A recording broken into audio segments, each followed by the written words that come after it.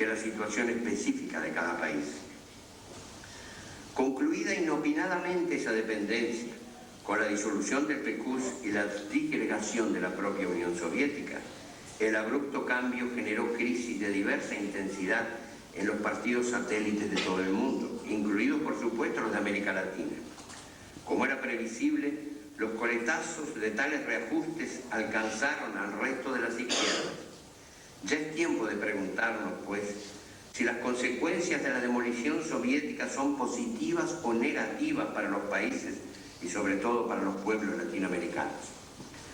Son indudablemente negativas si se tiene en cuenta que la invalidación de la Unión Soviética y en consecuencia del Pacto de Varsovia como conjunción militar de primer orden deja a los Estados Unidos en ese terreno como potencia hegemónica mundial, y América Latina ya sabe con creces qué significa esa supremacía para sus frágiles fronteras y precarias economías. Sin embargo, también se puede especular sobre derivaciones positivas. A diferencia de la Unión Soviética, la SEI de Boris Yeltsin no tiene el menor interés en América Latina. Bastante preocupación tuvo con no irritar a su nuevo líder, el presidente Bush, y con disputarle a Ucrania o a Georgia los remanentes del ex ejército rojo.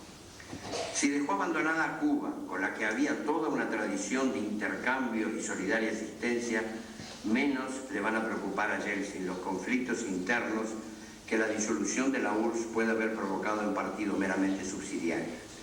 De modo que, no solo para estos, sino para toda la izquierda latinoamericana, Moscú ha dejado de ser obligada referencia. ¿Qué puede significar este distanciamiento para la franja progresista de América Latina? Por lo pronto es previsible que cada partido o movimiento o coalición de izquierdas en un país determinado llegue a la conclusión de que tanto su acción futura como la definición y el ajuste de su rumbo político deberá resolverlos por sí mismo o en alianza con sectores políticos ideológicamente afines o de pragmática y recíproca conveniencia. Cabe recordar que las actitudes internas o externas de la Unión Soviética han sido a través de los años notorios factores de irritación dentro de la izquierda latinoamericana. Aunque los matices fueron múltiples, siempre existieron por un lado la tendencia que consideraba prioritaria la atención poco menos que exclusiva al contexto latinoamericano y por otro la propensión a defender, adoptar y aplicar casi religiosamente las posturas asumidas por la URSS. También el marxismo-leninismo como sostén ideológico constituyó en esencia una frontera en la que siempre hubo escaramuzas. No creo, sin embargo, que ni entre los marxistas más irreductibles ni entre los más encarnizados antimarxistas abunden los lectores del Capital. Incluso es posible que en los últimos 20 años los libros divulgadores de Martha Harnecker hayan convocado más lectores que las obras originales de Marx y Engels. Tanto el marxismo como el antimarxismo se recibían como legados, casi como dogmas que no era necesario verificar ni desentrañar. Se era partidario o enemigo de sus consecuencias antes que de sus esencias. De sus consecuencias, o sea, lucha de clases, factores del salario, recursos de la huelga, distribución de la riqueza, etc. No es imposible que de ahora en adelante, para la clase trabajadora, el factor refinadamente ideológico pese menos en la adopción de tácticas y estrategias que la circunstancia concreta, esa que atañe directamente a sus necesidades y derechos asumidos en la lucha diaria y a través de la propia historia del movimiento sindical. Por supuesto que esto no significa propugnar un analfabetismo doctrinario, sino más bien clarificar el discurso teórico a fin de no apabullar al destinatario social con fórmulas intrincadas y poco menos que esotéricas. Naturalmente, el gran riesgo es caer en el utilitarismo ramplón, algo así como una excrescencia del famoso mercado de consumo. Un aceptable objetivo para los complejos tiempos que se avecinan sería hallar una vía movilizadora que no caiga ni en un ideologismo exquisito ni en un pragmatismo de supermercado. Con mucha más intensidad y probablemente con mayor eficacia que antes de la trepanación del Golfo y su posterior autopsia, las masas serán bombardeadas, ya no tanto por propagandas reblandecedoras como por hechos consumados. Ocurre, sin embargo, que la impunidad nunca ha sido buena consejera, y prueba de ello es que, a través de la historia, todos los imperios han terminado mal. Y como a pesar del presuntuoso Fukuyama, la historia no parece estar dando sus últimas boqueadas, puede quizá vaticinarse con escaso margen de error que también acabará mal el actual imperio hegemónico. Ahora bien, ¿cómo y cuándo? ¿Será esta una mera expresión de deseos? Es probable que sí lo sea, al menos en mi caso, pero no todas las expresiones de deseo son inverosímiles. Como dijo John Cage, ese gran músico muerto hace pocos días, el capitalismo no esperará a los revolucionarios para desplomarse.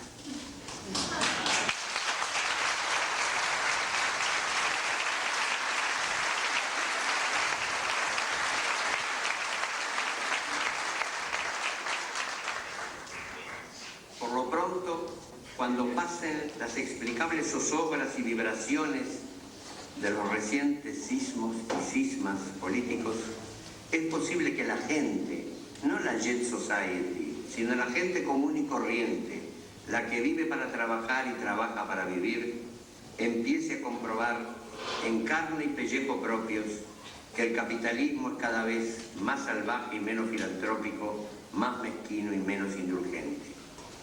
Así como la espina dorsal del comunismo, innegablemente desvirtuada a través de la gestión malversadora y delictiva de algunos de sus líderes, era la obtención de un decoroso nivel de vida para el ser humano, la espina dorsal del capitalismo, atenuada también en ciertas ocasiones gracias al innato sentido humanista de algunos de sus dirigentes, es la explotación. No tengamos vergüenza de emplear ciertas palabras que aún no han encontrado sinónimos más dulces. Es la explotación de las grandes mayorías por pequeñas minorías que deciden. Y esas minorías que deciden no suelen conocer la piedad, pero sí conocen el miedo. ¿Cuántos decenios le llevó a la mayoría negra arrancarle segmentos y perspectivas de poder a la impresentable minoría blanca de Sudáfrica? Mientras el apartheid ofició de muro de contención contra la rebeldía de la población negra, el miedo era solo una controlada presencia intramuros. Pero cuando la sublime paciencia de la discriminada mayoría empezó a agotarse y las manos y piernas negras empezaron a trepar por aquel muro, el miedo pasó a ser un factor de autodisuasión en la mayoría blanca y, tal como lo demostró un decisivo referéndum, decidió hacer buena letra para amortiguar el antiguo y bien fundado rencor de esos dignos intrusos hasta ayer despreciados. También en América Latina los pueblos han empezado a sacar cuentas. Salvo el obvio y acorralado caso de Cuba y el menos tangible de la Nicaragua sandinista, el marxismo nunca pudo instalarse en esta jurisdicción del subdesarrollo. O sea, que el tan satanizado comunismo no es el causante de los notorios males, carencias y padecimientos que a esta altura son endémicos en la región.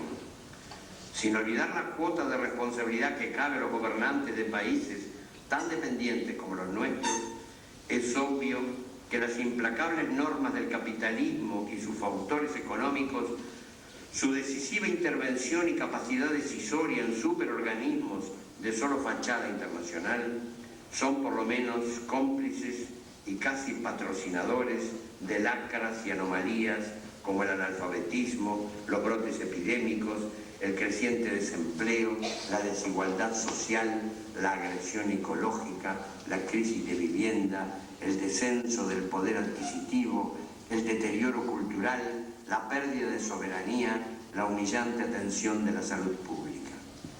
No deja de ser curioso que en este último rubro especialmente sea la denostada Cuba socialista la que ha logrado los mejores resultados de todo el subcontinente y en más de un aspecto ha igualado y hasta superado los índices de Estados Unidos.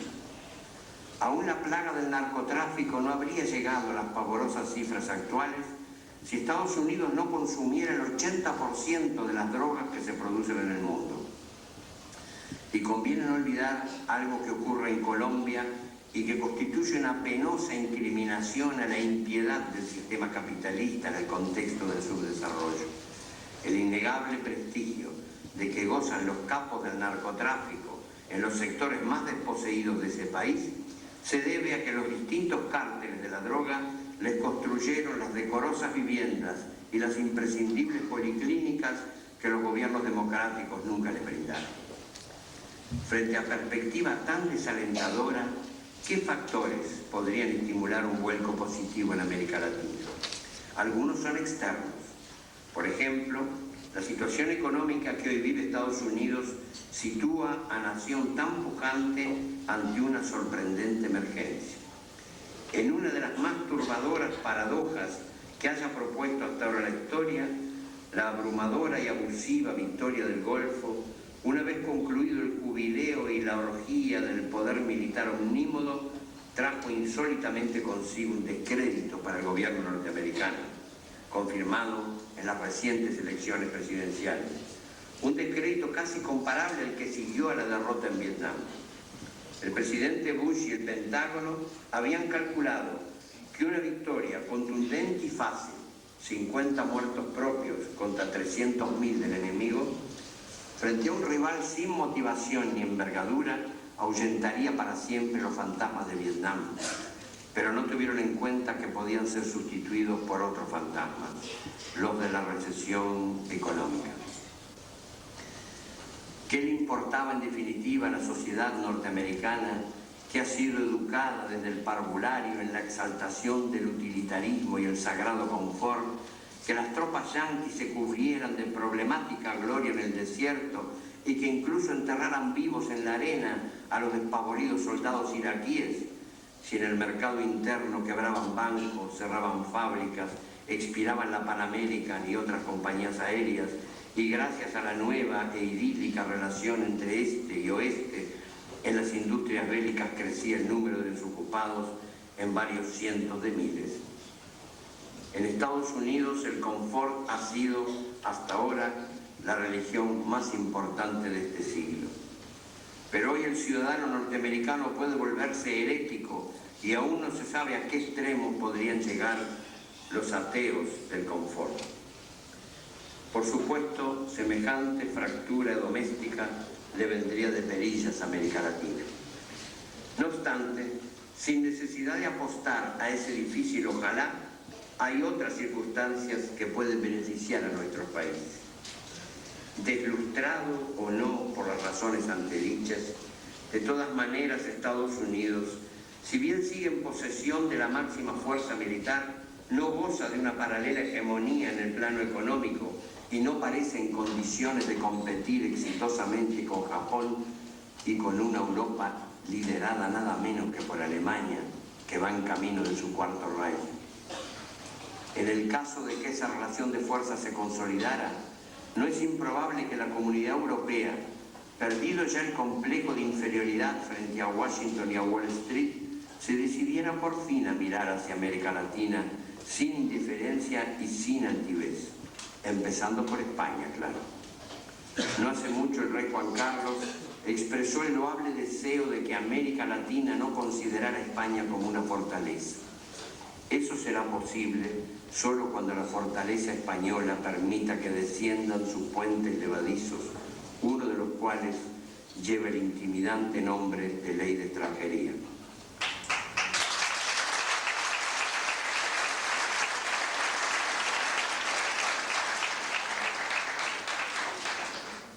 De todas maneras, alumbre o no esa nueva disposición europea, América Latina debe asimilar de una vez por todas que de ahora en adelante habrá de depender primordialmente de sí misma. Si vienen las ayudas o los convenios equitativos, sin intereses leoninos y sin ofensa a nuestras soberanías, mejor. Pero si no vienen, tampoco es cosa de desesperarse. El nuestro es uno de los continentes más ricos, con mejor material humano, con rasgos culturales propios, con suelos fértiles y nobles subsuelos, con espacios verdes y patrimonios ecológicos, verbigracia la codiciada y agredida Amazonia, gracias a los cuales la humanidad respira. Porque